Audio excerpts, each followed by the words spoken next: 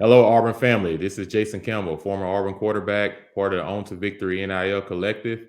You are in for a special treat. This is our first episode of the Own to Victory podcast. You have been waiting for this. We've been waiting for this. This is going to be an exciting time for our collective, an exciting time for our subscribers, and anyone that wants to be a part of the Auburn family. So, I have alongside me Brett Whiteside, who is our executive director at Own to Victory. And we're looking forward to bringing you behind the scenes and behind the shields of our players and coaches weekly. So in our first episode, we will have the treat to bring you Coach Hugh Freeze, the new head football coach of Auburn University. Also, Maddie Penta, 2022 All SEC first team, right-hand pitcher for our softball women's team. And then we will bring to you head softball coach Mickey Dean. Also, a guy that you want to hear from because they're trying to do something special for our Auburn softball team. And Brett Whiteside will let you know what has just happened for our softball team from the women's perspective. Yeah, Jason, this is going to be a great podcast. We're excited about it. It's something that we've been planning for a while. I'm excited about you being the host and you doing every episode. The first thing I'd like to address is you have such a nicer background than I do. I guess that's what you get when you're a first-round draft pick, huh? Hey, I'm always about the office, Brett. I always said I got to have a good office at the house, and that's what it's about, man. Putting the background back there, but understanding that, I'm just excited that you guys brought me on to Victory. Like I said, it's a new time and new era in college sports for our student athletes, and me being a former student athlete and playing at the highest level in the NFL, having an opportunity to bring back a lot of things that I've learned to our student athletes. I just think it's going to be something special, but also to let our kids know that, this is a gift. People that give to NIL, are hardworking people, everyday people that they have jobs and have lives and different things, but they choose to support, this program because they want to support our student athletes and take as much pressure and stress off of them as they possibly can. So we thank you for your generosity. Absolutely. First thing, Jason, you've just done a phenomenal job in your role. It's been extremely important for you to have the background that you've had being a professional athlete and then being able to relate to our current student athletes and to be able to talk to them about that. You talked about the NIL deals that they've been receiving and been offered. I've seen nothing but appreciation. I think our student athletes have been appreciative of the support that they've received. And it's all thanks to our subscribers. And we appreciate everyone who has been a part of On to Victory so far. And we hope that those of you that are listening today and have not joined us yet, that you'll consider that because we're doing great things. I joked about my office. Here I am, but I can't have the nice office that you have because all of the money that we receive goes directly to our student athletes. And that's the way it should be. We're not spending any money on nice furnishings over here. But, I want to talk a little bit about what On to Victory is. For those of you that are unaware of us, On to Victory is an NIL collective that was formed by 7 Auburn grads, and they do it for the love of Auburn. None of them receive any compensation. They're not paid for their time. They have put a ton of time and effort into creating this collective. We ensure that at least 90% of every donation that we receive goes directly to the student athletes. So we have an operations cost at 10%, and everything that we do within our operational costs are there to support our athletes. We've got a building right here on campus that makes it convenient for them to come in.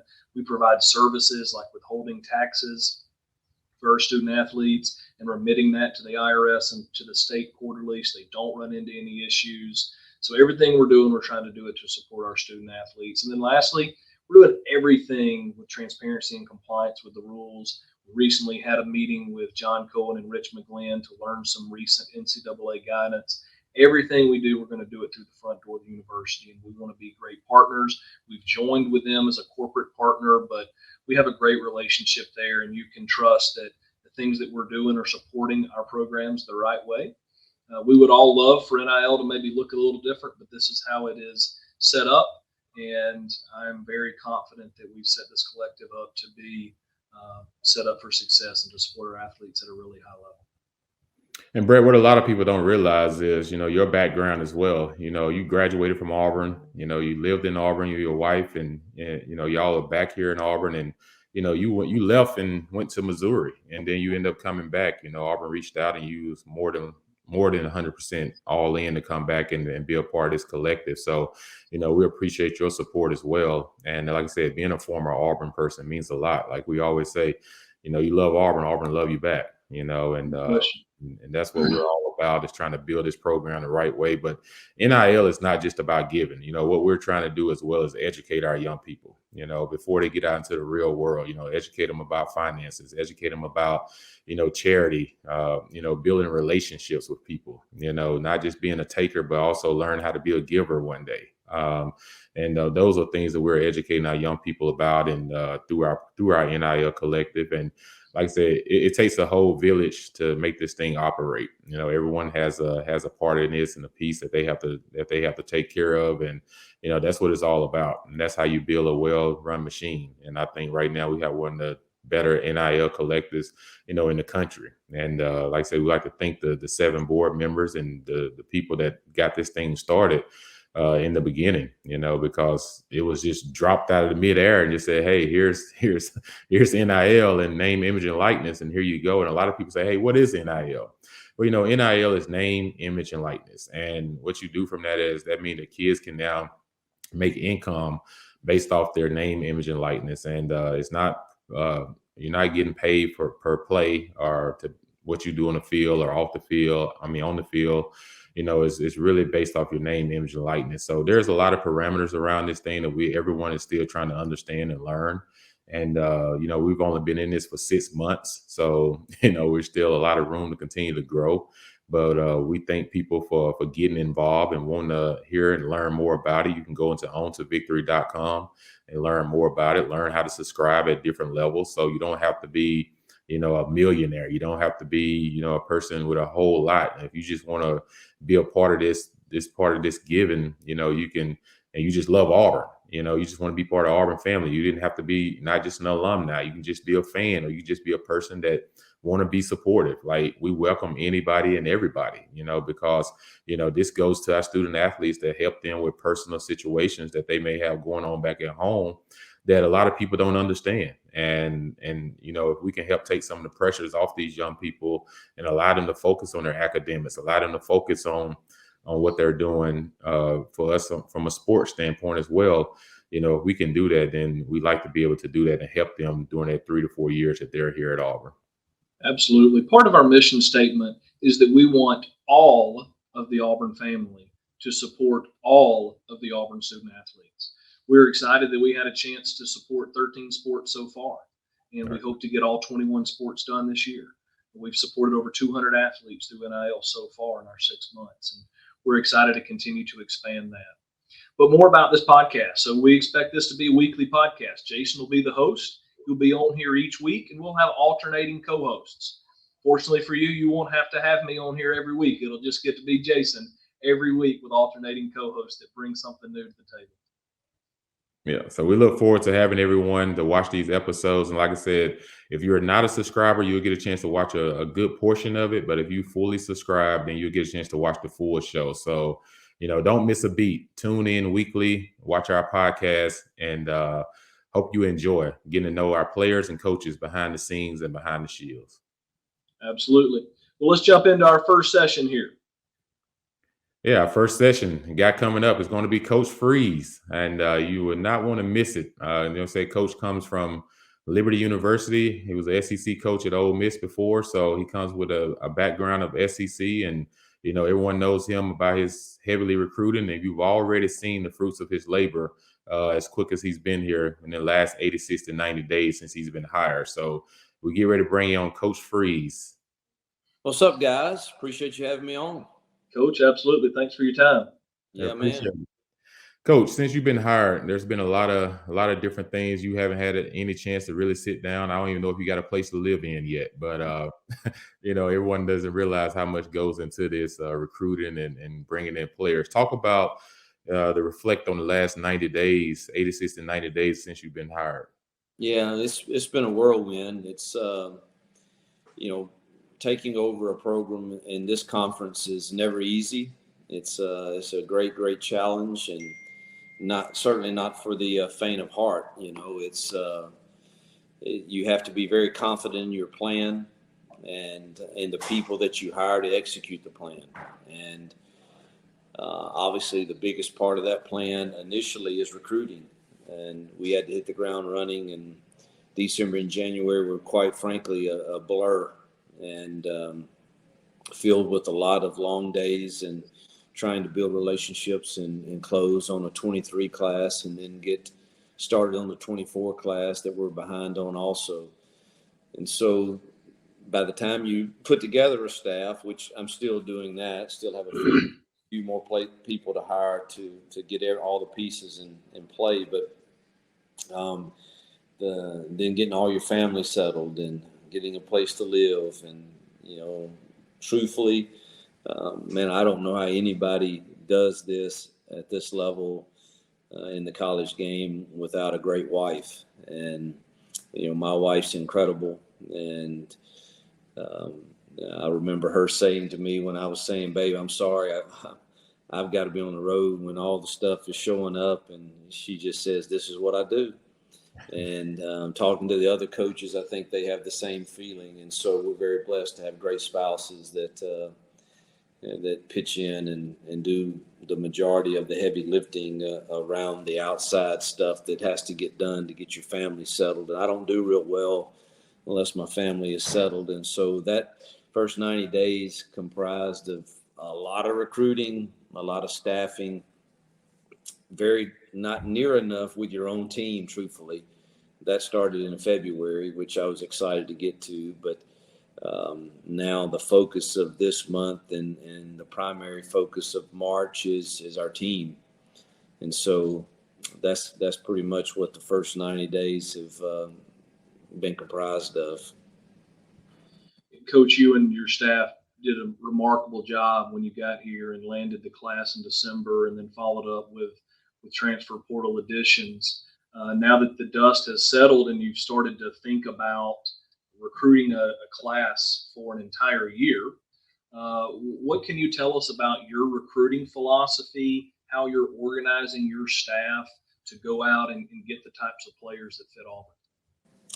Well, our recruiting yet is to develop dynamic relationships with the student athlete and all those involved in their decision-making process. And that's changed a bit over the years, truthfully, and I used to depend upon relationships alone winning out in the end. I do hope, I think I'm pretty much on record and people know my feelings on, I thought the 23 class, I thought we did well with the time we had, but really depending upon the 24 and 25 class, hopefully being some of the top classes in the country. And to do that, I think we've got to be relentless about our recruiting efforts to close the gap on the teams we want to beat, on the type of student athlete we want to beat. And I think that first, I want to find guys that really fit our culture at Auburn.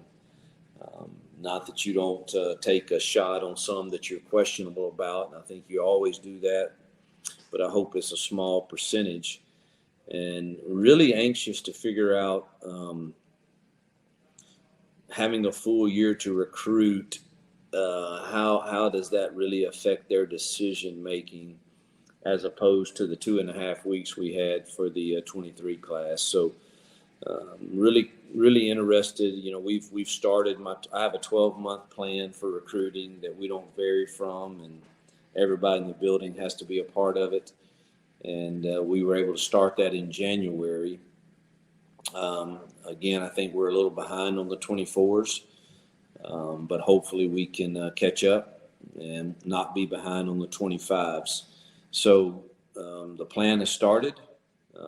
It's daily and it's a lot of work. I'll have to spend a lot of time recruiting for sure, along with coaching our team. But we're excited to see how the one full year recruiting really, how I feel after that with the way these families will make their decision. That's great. I know that one of your coaches, Coach Cadillac is already out on the phones calling high school coaches. Good friend of mine from North Alabama's already gotten a call from Cadillac, so I know they're doing a great job. We appreciate y'all's efforts. Yeah, that's part of the 12-month plan. Really is, we take. I don't want to give too much because somebody will copy it, but I think we're going the extra mile with not only the families and kids, but the coaches. And I've had great feedback from the high school coaches in Alabama and Georgia and Mississippi. That's the ones we've been able to reach out to thus far, but we'll continue that.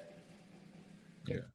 And Coach, talking about recruiting, we understand that, Auburn lost some big time guys last year, Derek Hall and Eku Leota, and, you lose Owen Papo at the linebacker position. But one thing we've done very well since you've been here is in the transfer portal. You won in the trenches. You got a great offensive lineman. You picked up some great defensive linemen, and you picked up a pair of linebackers that was already in the SEC. Talk about, the transfer guys that we got coming in, and then also talk about, the importance of getting some of our high school signees that's already enrolled in class in January. Yeah, I think we had 21 enrollees in January, which this team needed drastically. I mean, obviously, you don't just replace a Derek Hall or a Papo or Tank Bixby. Those guys are really, really good players, and we had to get some of the trenches settled with some depth. And, how good are the ones we signed? We're getting ready to find out. But there's no doubt that we helped ourselves by getting the bodies, because we were really shorthanded up front and at linebacker. And, so I think the mid-year enrollees, the 21 guys that we had, a combination between transfer guys and high school mid-year enrollees, is going to make spring look quite differently than had we not been able to sign those. So I thought it was vital that we were able to do that. Yeah, Coach, kind of talking about the spring. So what has been the calendar like for our players since they reported back in January up until this point?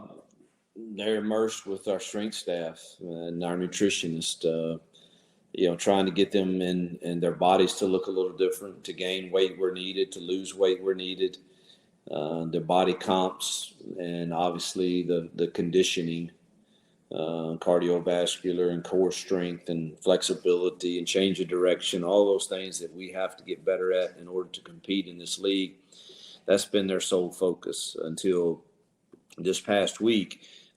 We get 8 hours a week with them now, and Coach Dom started giving us an hour to be with them of the 8 for football-specific stuff. So we got that last week, and we're getting it again this week leading up to, our first spring practice, which is Monday. And so until these last 2 weeks, it's been all strength and conditioning, and still been primarily that the last 2 weeks, but also some ball mixed in. Yeah, Coach, you talking about spring ball.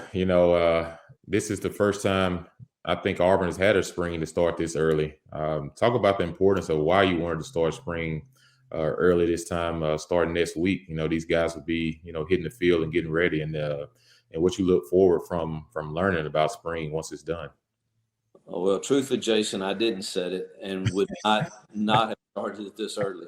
It's made for normally. Most staffs are taking quite a bit time off in February because it's a dead period and you don't get any more in December and January. I was talking to one of my buddies the other day, and he let his staff off for 10 days. And, we were not afforded that opportunity because we're a new staff, and heck, we don't know what we're calling inside zone or field pressure. We're all looking around. And so we had to hustle in February just to try to get on the same page. My preference would be to start spring about 2 weeks later than what we are. But when I got the job, they had already set the date for A-Day.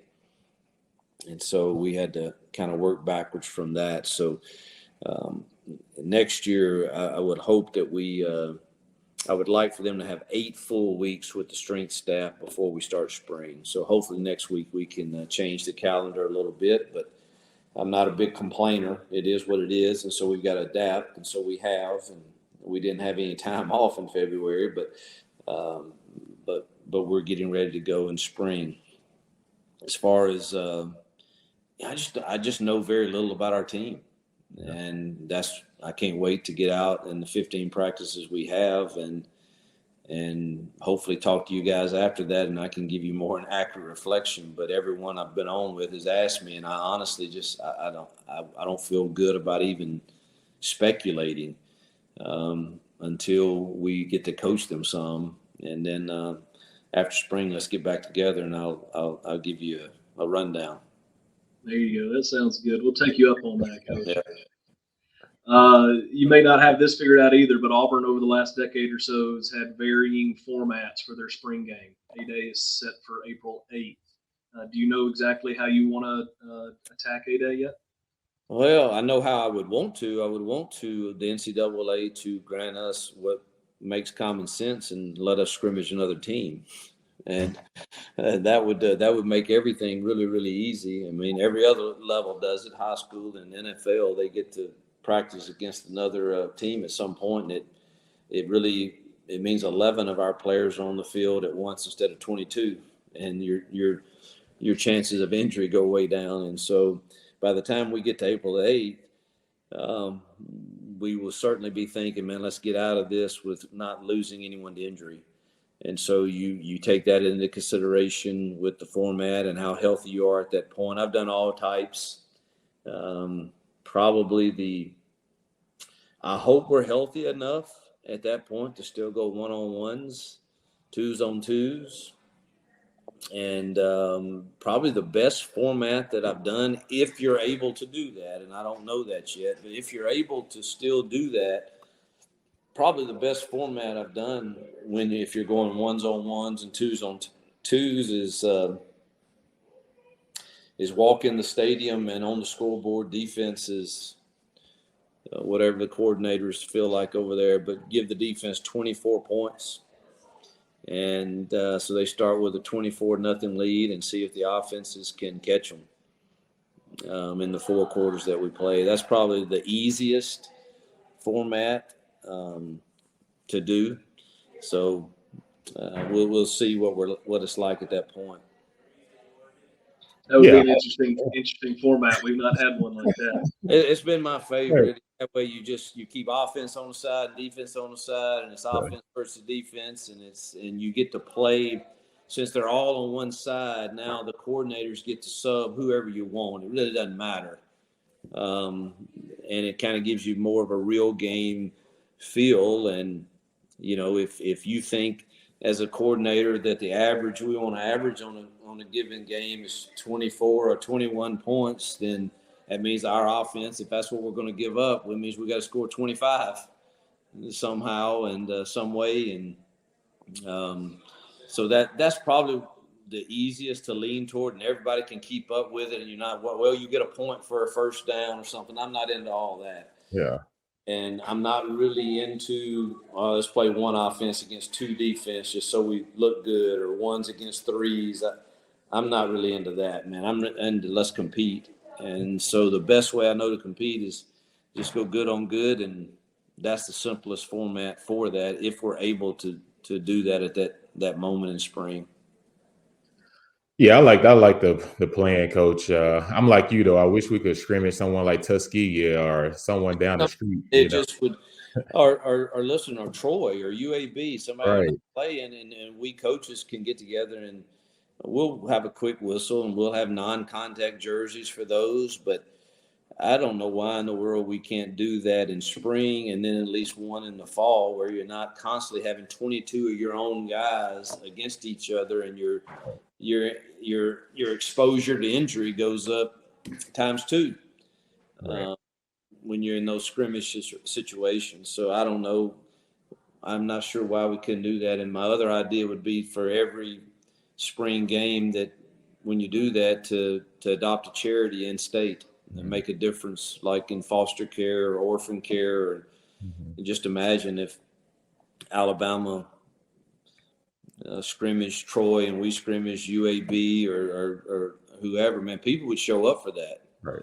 Everybody give $10 and let's give it to the foster care system of Alabama. And you'd immediately make an impact and a dent into the needs of this state. Yeah.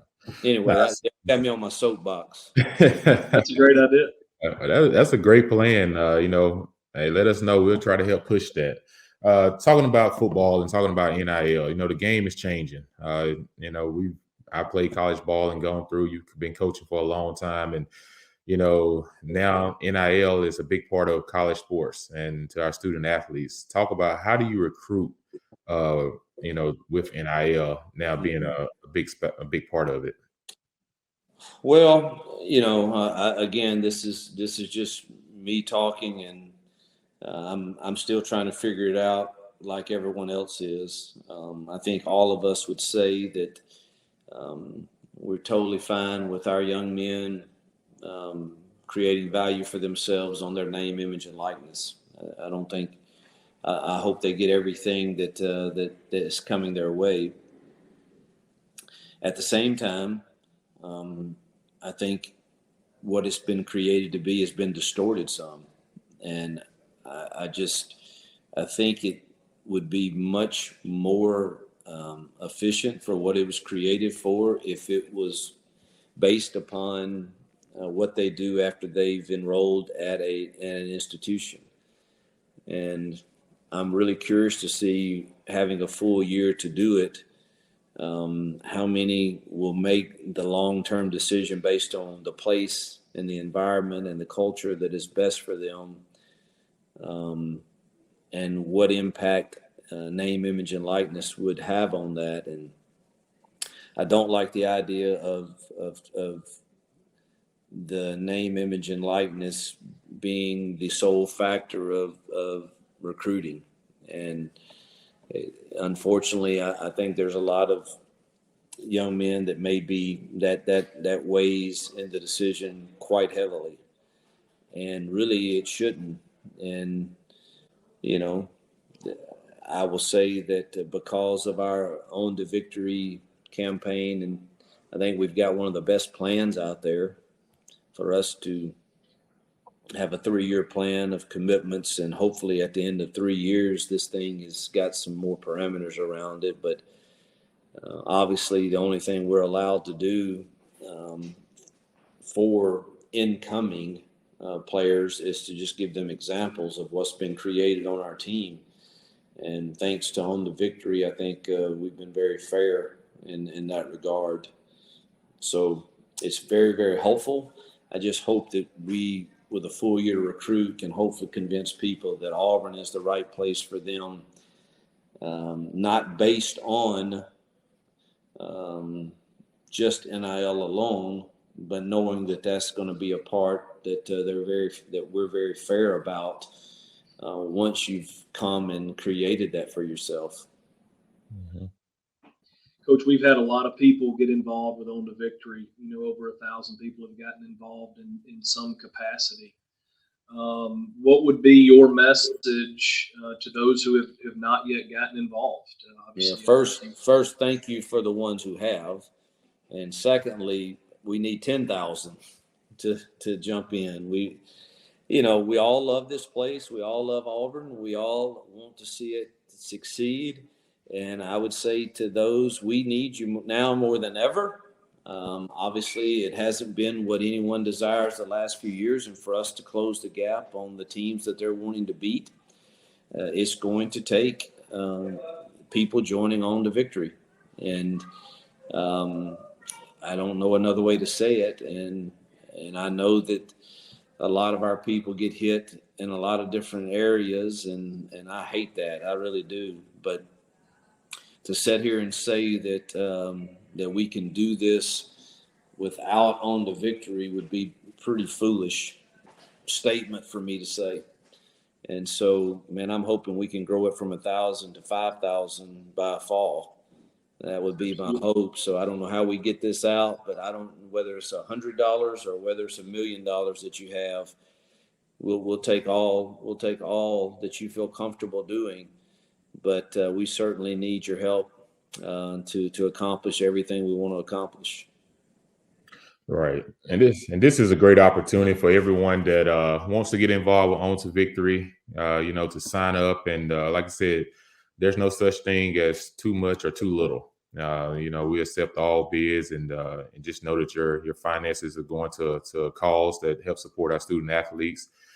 From stories that you may not even know about, that you would have the opportunity to hear about because you are subscribers. So at this point in time, as your host, Jason Campbell, I'm going to let those that are non-subscribers, well, we have to let you go at this time, but those that are subscribers, you can continue to watch the rest of the show. And I strongly ask those that haven't subscribed to do so, so that you can continue to listen to all our episodes that we have coming up and listen to them in full and not miss a beat. So thank you to the public, and now to our subscribers. We will continue on with Coach Freeze and enjoy the rest of the show.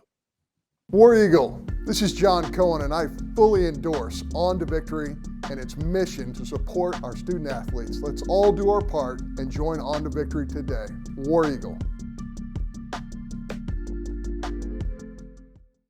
Hello, Auburn family. This is your host, Jason Campbell, former Auburn quarterback. I just want to thank you for your support.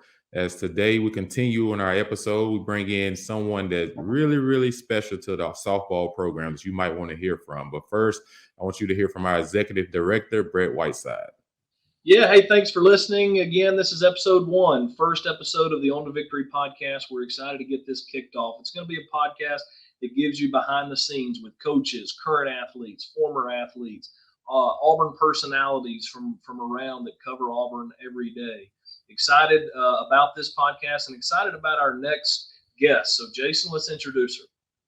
Yes, let's bring on Maddie Penta. Let's see what she's talking about. Penta, my bad. Maddie Penta. Hello.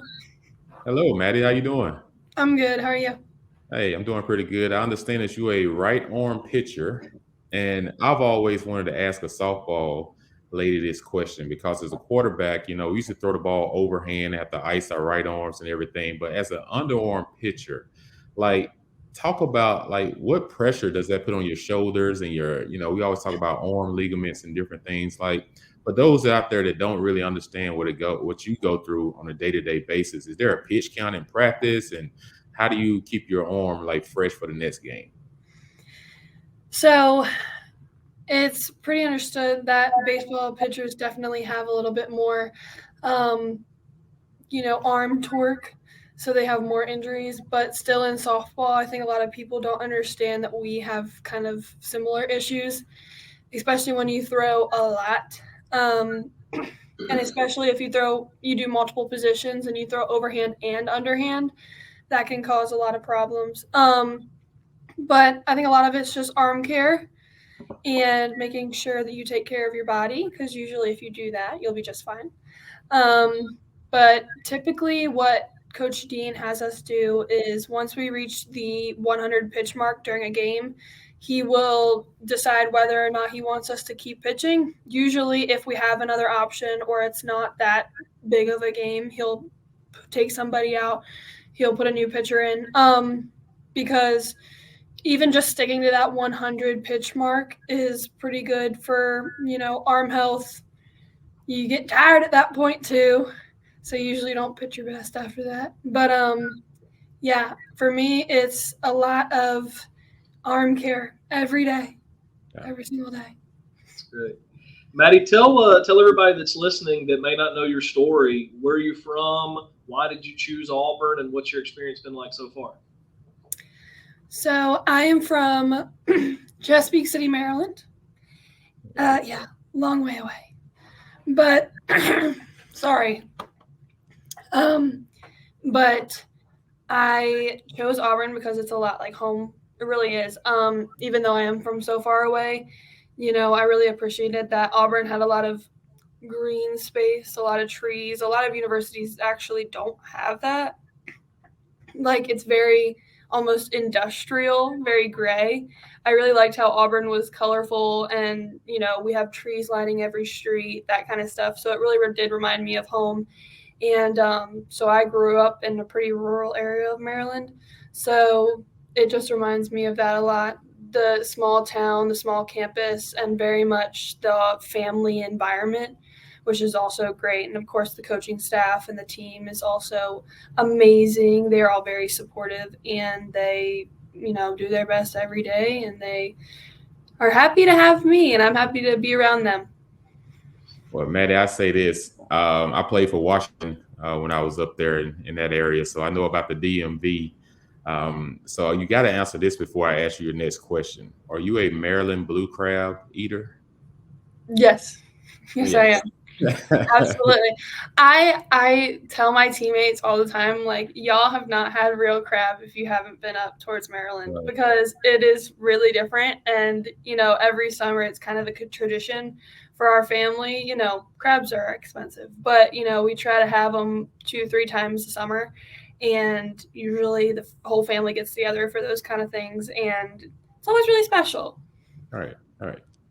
Well, cool. Talk about, Maddie, you was the all SEC first team in 2022, and coming into this season, y'all already kicked off. Talk about the season so far, but talk about, is there any pressure that you put on yourself because of being first team SEC, or is there just is it routine as normal where you just have that same mindset going into 2023? So I think that this is always a tough situation to be in, but I always try to just kind of take it day by day. I always think that, I do what I can. I don't ever let it get too big or too small. And I take every game, every practice, every pitch as the most important one. And I kind of place a lot of importance, a lot of effort into everything that I do.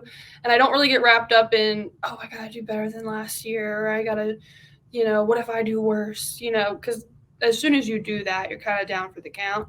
And I know that my team needs me to be there as a leader and not to get wrapped up in all of that, and just to give my best every day. And of course, I continue to, in practice, develop myself, develop pitches, speed, taking care of my body, like I said.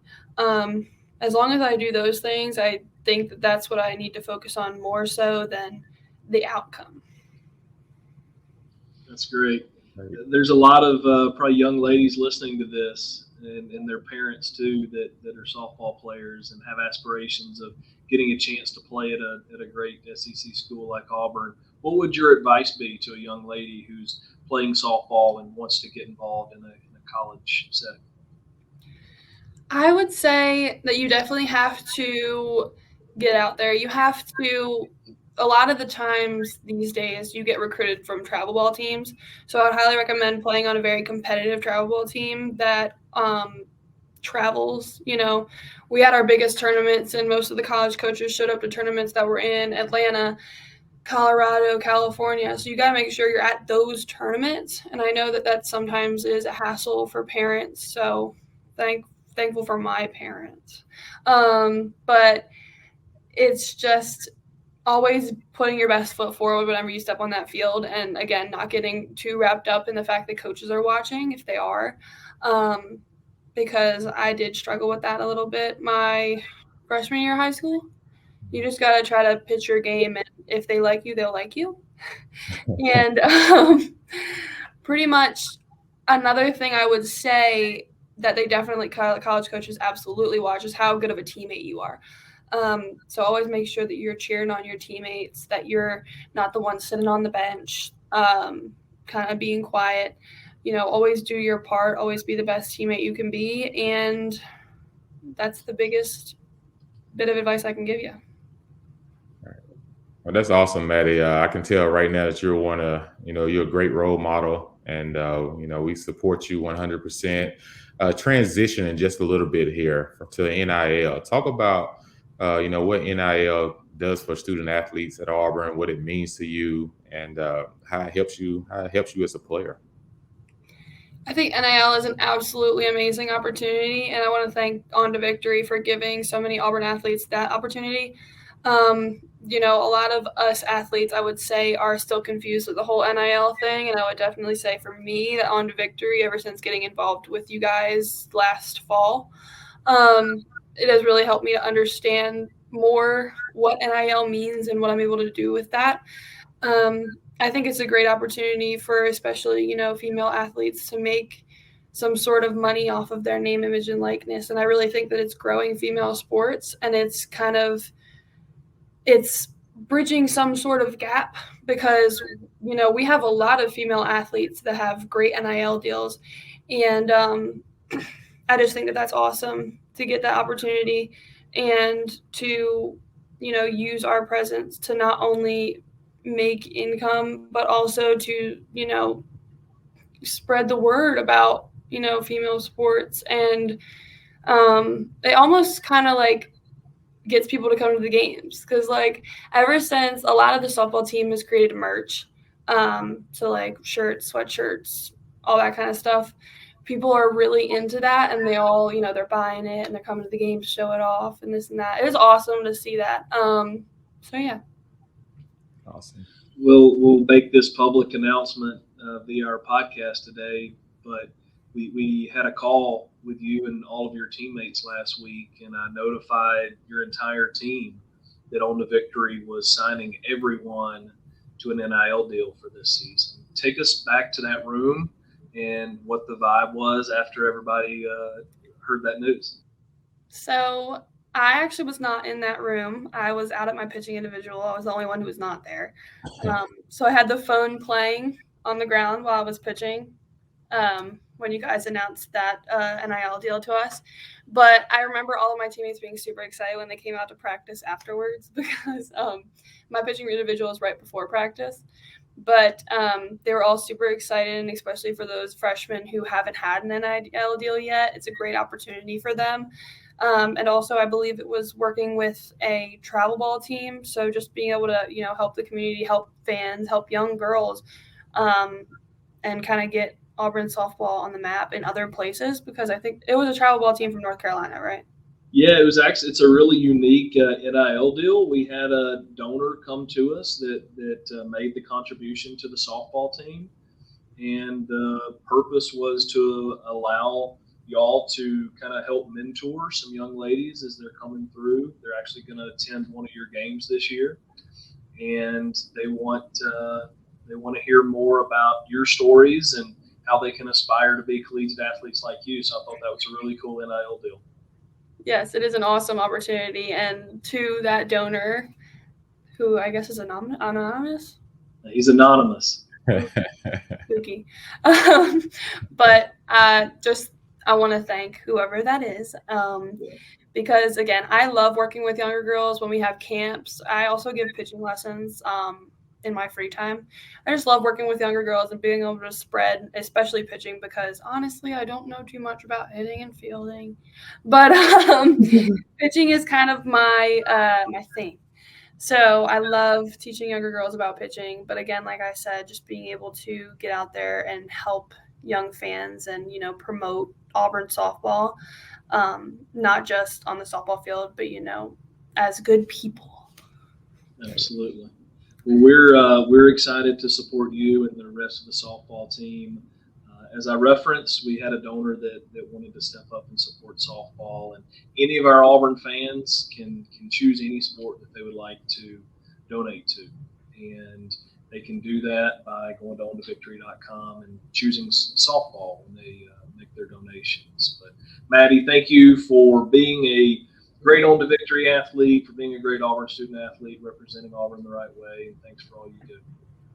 Hey, Maddie, and before we let you out of here, Maddie, we got to get you these rapid fire, quick 5 questions, quick answers. I'm actually going to add one more to it, so it's going to be 6, but I think you're ready. I think you can knock all of them out within a matter of 15 to 20 seconds. So, First one, what is your nickname? Penta. Penza, okay. What do you do to calm your butterflies before you compete? I do sprints. Okay. What is your favorite food to eat the night before a competition? Sushi. Oh. Do you have any rituals or superstitions? I wear my belt backwards. Okay. What is your favorite place to eat in Auburn? Sushi Hero. It's a sushi place. And what are you studying and why? I am studying public relations because I think that it would help. I mean, not only will my NIL experience help with that, but I would also love to either go into coaching or sports PR, sports marketing, same genre, kind of doing what On to Victory is doing. And I would just love to continue my work in sports and be able to, help athletes like myself. Awesome. Well, thanks, Maddie, for coming on to the On to Victory podcast. We appreciate everything that you do. Continue much success, and War Eagle. War Eagle, thank you. War Eagle, thank you. War Eagle, everyone! College athletics is changing, and the Auburn family will respond. On to Victory is the NIL collective of the Auburn Tigers, and they're leading the way.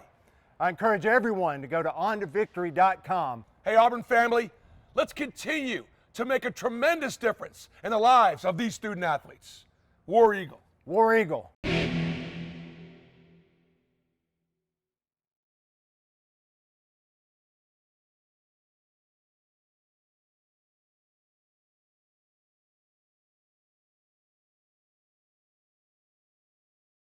Hey, Auburn family.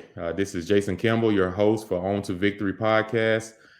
Today we have a great treat for you guys, and we don't want to wait any more longer than he's already had. So, I want to bring in right now, welcome you our softball head coach, Coach Mickey Dean.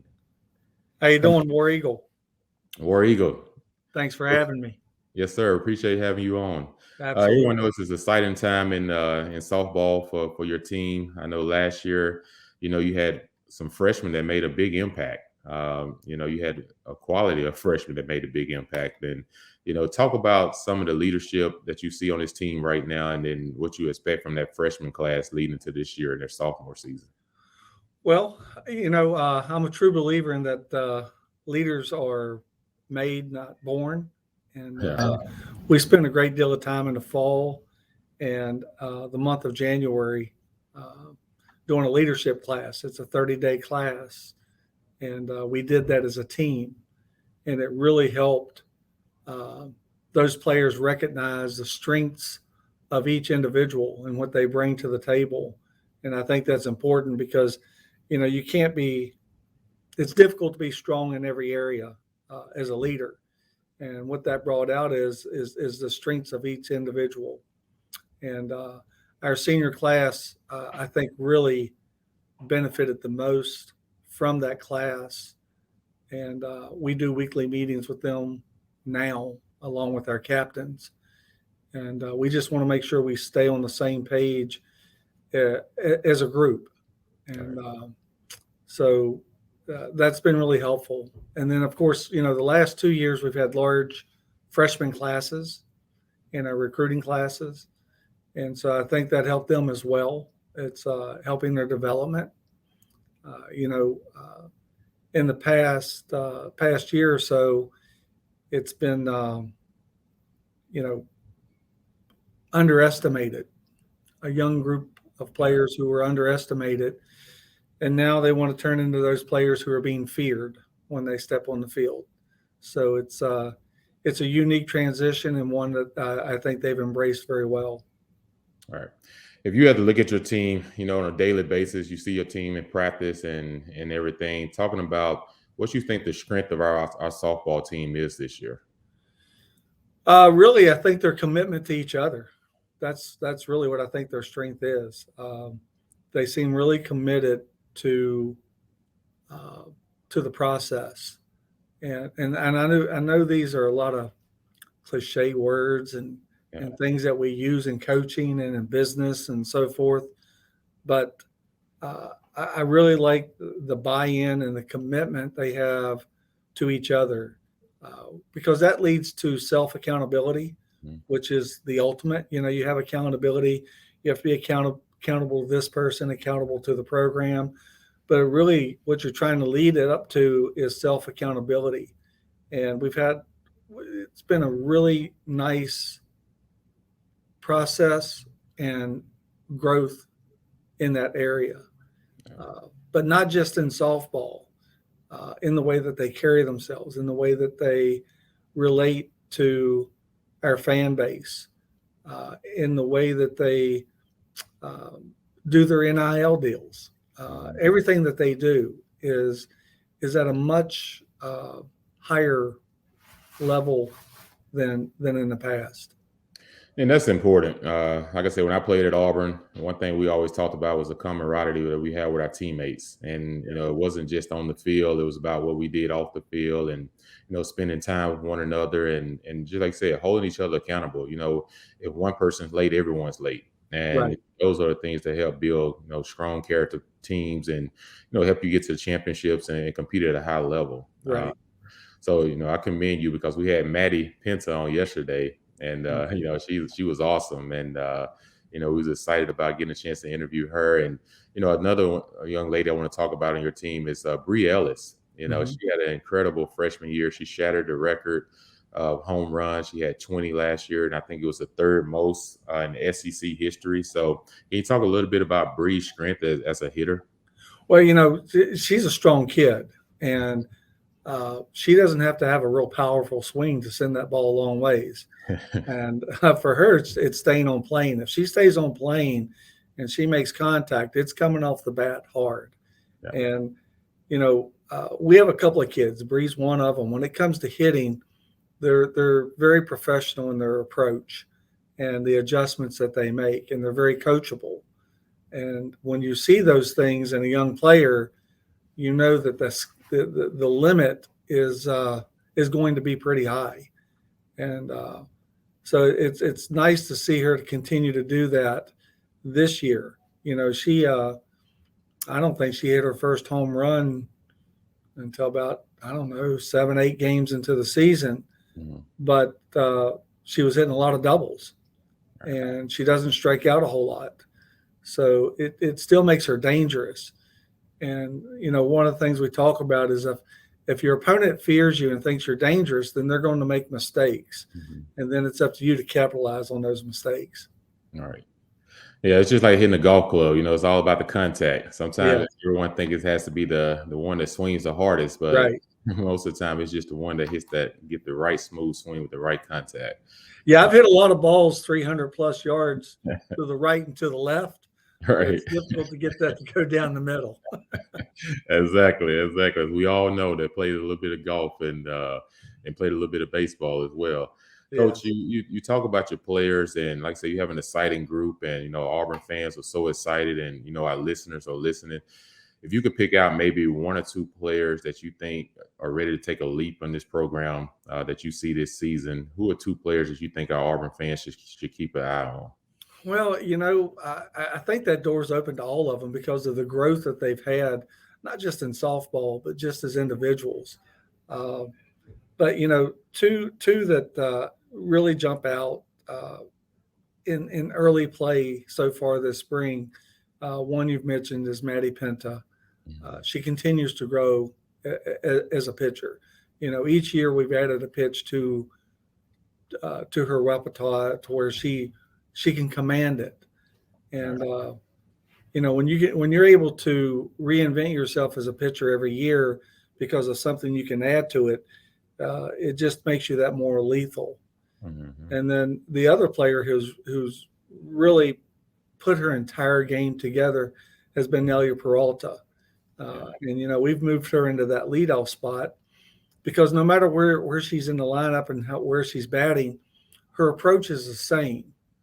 And some players, depending on where they are in the lineup, they approach the game a little differently. Mm-hmm. And what we like about her is that she doesn't change her approach, and her defense. She's very confident in her defense right now, and has shown great growth there. And it's really nice to see players go from their freshman to their sophomore year, and to see that growth. All right. Yeah, and that's the thing about it. I always tell people, freshmen come in that first year is kind of learning how to just get the basics down. Right. Just getting the feel for everything and a feel for your teammates, and understand the SEC play. It is a high level of softball when you look at these games on TV and you see the pitching that goes on. And I tell people, the biggest thing about softball is the competition level is all time high. And watching those games, and what do you think about the SEC as a whole this year from the softball tournament? It's tough. It's tough when when you take a look and you're in the top 20 in the country and you're barely breaking the top 10 in the SEC. That tells you a lot right there. It's a very competitive conference. It's played at a very high level. It's extremely difficult to win on the road, as you know, in any sport in the SEC. The fan bases at all the venues, they're all bought in. It's extremely high. You have the best pitching, you have the best hitting, and you may have certain teams in a conference that can compete, but you don't have 13 teams in your conference, and that's what we have with softball.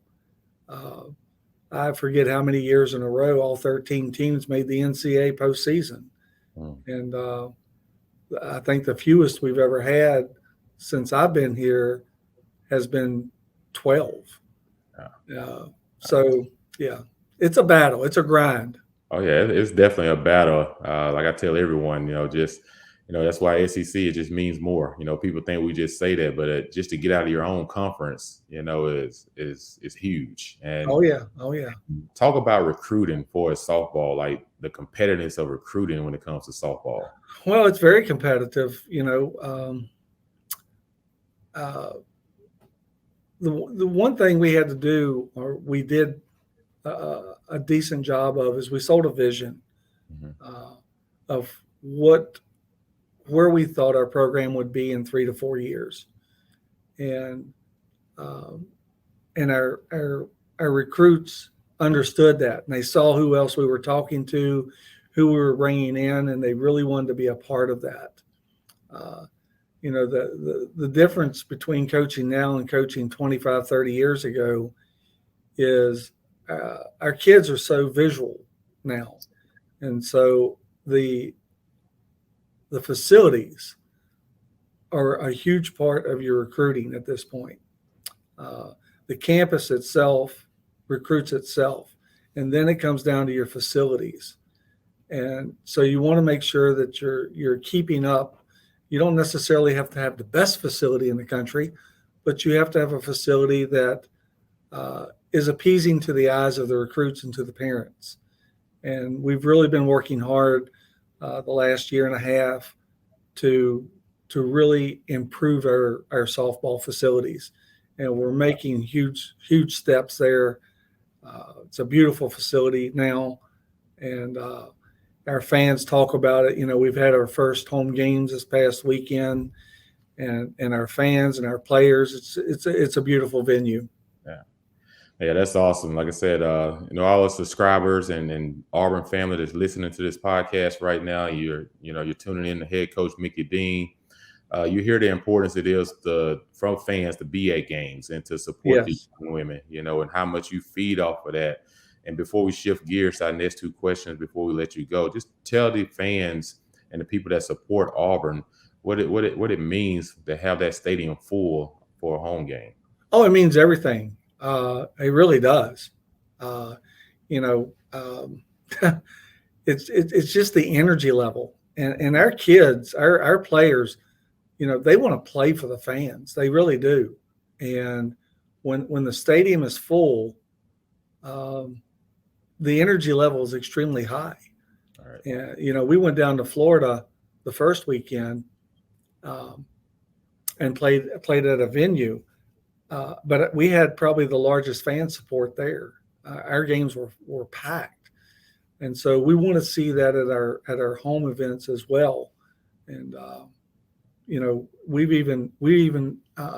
spoke with the cheer program, and for the first time, you're going to come to a softball game, and you're going to have cheerleaders leading cheers on top of the dugout, and it's been amazing. It's just a great atmosphere. And the fans are what make the atmosphere. Oh yeah. I tell you what, Coach. Everyone knows now that NIL is a big part of college sports to our student athletes, and your team just got some big news the other day that On to Victory now will be able to take on all your players that's on your softball team. Talk about the importance of NIL and what it means to your student athletes. Well, it's excitement, is what it is. It's when you're able to put something together for the entire team, it adds a value. Everything has value, and it adds that value. And to be able to provide some of those things through NIL that some of these players may not have access to, because we're not a head count sport. So we have some kids on our team that are paying their own way and doing all the same work, all the same, weight room, conditioning, practice, all that stuff.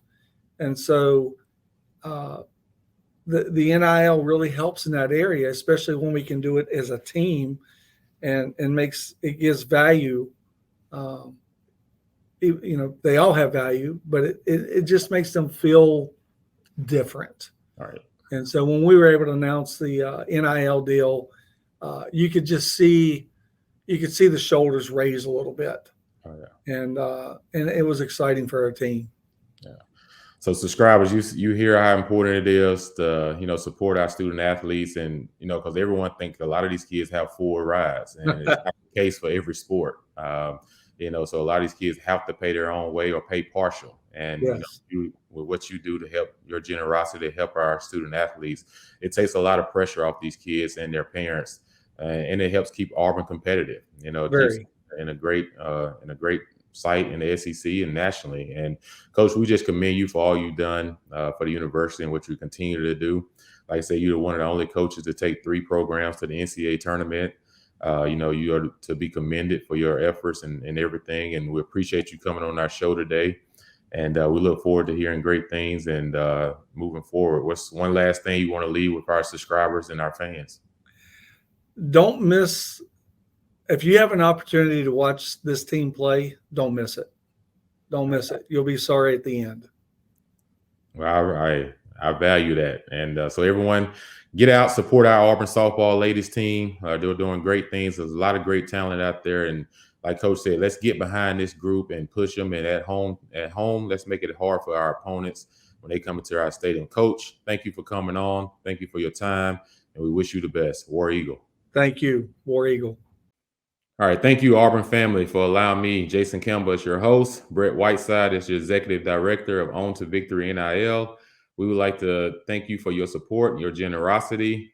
Stay tuned to our next episode next week. We will have another player and coach coming on board. So stay tuned in so you would know exactly who that is. Continue to do what you do and watch what you do, but do it for the best from your heart. Auburn family. War Eagle. War Eagle.